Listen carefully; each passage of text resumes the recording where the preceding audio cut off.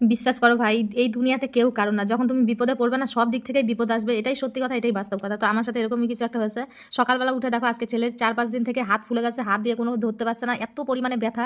সেদিন রাত ১২টার দিকে গিয়ে আমি ওষুধ নিয়ে এসেছি এর জন্য। তারপরে এই যে ঝাড়া ফুঁকা, এদিকে ডাক্তার দেখে তো ওষুধ নিয়ে এসেছি। তারপরেও ঝাড়া দিচ্ছি। বলছে যে এটা ঝাড়া দিলেই নাকি ঠিক হয়ে যাবে।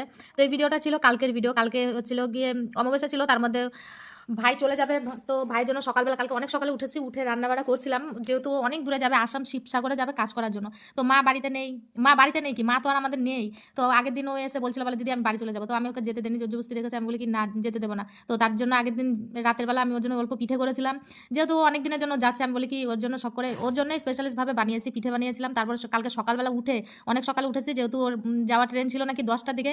তাই অনেক সকালবেলা উঠে আমি বলি একটু গরম গরম রান্না করে দিই। এই যে হচ্ছে ভাই যাচ্ছে কালকে, তার আগের দিন বলছিল বলে কি দিদি এবার গেলে আর সহজে বাড়ি আসবো না। তা আমি আর কিছু বলিনি। এখন তো আর পিছুটার নেই, বাড়িতে কেউ নেই, মাও নেই যে বলবে ওকে যায়। বাবা আর ছোট ভাই ওরাও চলে গেছে বাইরে, আসামে কি কমলা না কি বলে একটা জায়গা আছে, ওখানে কাজ করতে গেছে।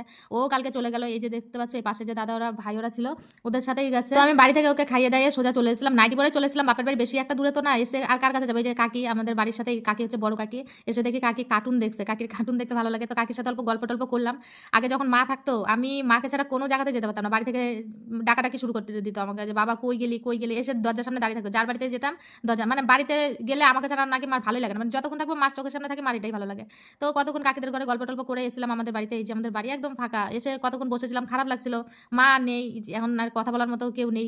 দেখছিলাম বাড়িটা একদম পুরো ফাঁকা। তো আমি বলি কি আবার কবে এই ঘর বাড়ি সব তালা মেরে গেছে, কবে বাড়িঘর খুলবে কি না খুলবে, যেহেতু বাড়িতে কেউ নেই। তো আমি বলি কি একটু কাজকর্মগুলো একটু পরিষ্কার করে দিয়ে যাই। তো খারাপ লাগে জিনিসগুলো। আমরা না আসলে মানুষ থাকতে আমরা মূল্য দেই না, এটাই সত্যি কথা। মা যখন ছিল আমি খুব একটা বাপের বাড়িতে আসতাম না, এসেও থাকতে চাইতাম না।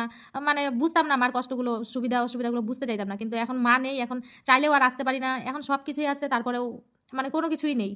তো ভাইদের সাথে গল্প করছিলাম, গল্প করে বাড়িঘরগুলো একটু পরিষ্কার করে দিয়ে গেছি। এদিকে আমি তারপরে কাজকর্ম করে চলে এসেছিলাম। ভাইয়ের ট্রেন সকালে ট্রেনটা ক্যান্সেল হয়ে গেছিলো, ওরা তারপরে বিকেলের দিকে গেছিলো।